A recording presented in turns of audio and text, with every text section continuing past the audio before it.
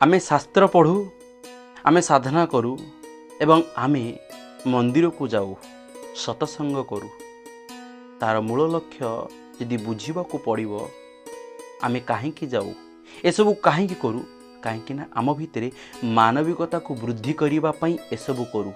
आम मन को सरल करने एमती करूँ। कारण जटिल हवा बहुत सहज, सरल हवा बहुत कष्ट।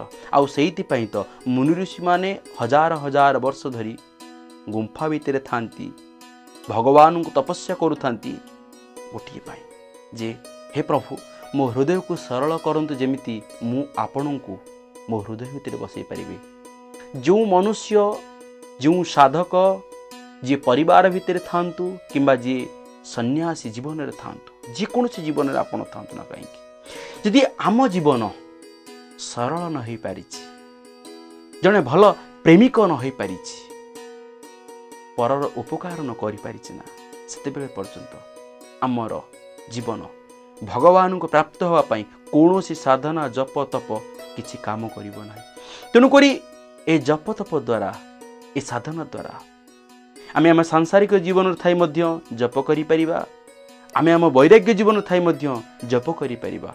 किंतु तारि भितरे आमे आम मानविकता को छाड़िबा नाही। आमे जणे भल शालीनतार सहित भद्रतार सहित परर उपकार करिया पई मानसिक स्तर चेष्टा करिबा, किंतु आम द्वारा किछि भूल हो ताहा चेष्टा करिबा। ताही हे जीव आम जीवन सर्वश्रेष्ठ सफलता। युवपीढ़ी मानू राधे राधे।